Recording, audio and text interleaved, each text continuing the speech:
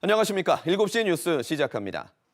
지난 6월 아동학대 혐의로 경찰 조사를 받고 있는 거제 한 사립 어린이집이 보건복지부 평가에서 최고 등급을 받은 사실 보도해드렸는데요.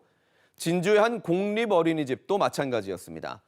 아동학대 혐의로 경찰 수사를 받고 원장 자격정지 3개월의 처분도 받았지만 보건복지부의 최고 등급 명단에 올라가 있습니다. 박상현 기자가 취재했습니다. 한 공립 어린이집입니다. 지난해 5월 보육교사로부터 아동학대를 받았다는 신고가 접수돼 경찰 수사를 받았습니다. 최근 1심 법원은 혐의를 인정해 가해 교사의 징역 1년에 집행유예 3년, 원장에 벌금 500만 원을 선고했습니다.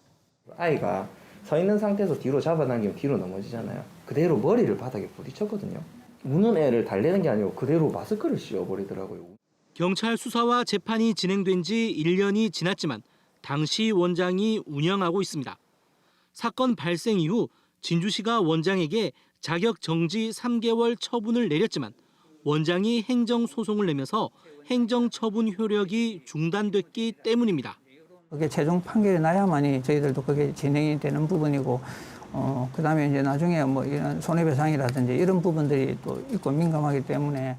이 공립 어린이집은 보건복지부의 위탁을 받은 보육진흥원의 지난해 평가에서 가장 높은 A 등급을 받았습니다. 사건 수사가 진행되던 지난해 10월 현장 평가가 이루어졌지만 아동학대 관련은 반영되지 않은 겁니다. 제가 정말 이런 것은 아니다라고 얘기를 했더니 막 자기들이 뭐 평가 체제 자체를 개편하려고 뭐 하는 중이다 뭐 이런 식으로 답변을 하는데 이 시스템 자체가 너무나 잘못된 것 같습니다.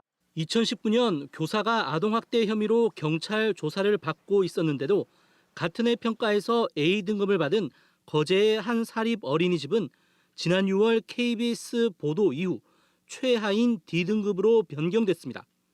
하지만 이 어린이집이 아동학대 혐의로 거제시로부터 운영정지 6개월, 교사 자격정지 2년의 행정처분을 받은 내역은 빠져 있습니다. 이 같은 평가 허점은 지난달 감사원의 보육진흥원 감사에서도 개선이 필요한 사항으로 지적됐습니다. KBS 뉴스 박상현입니다.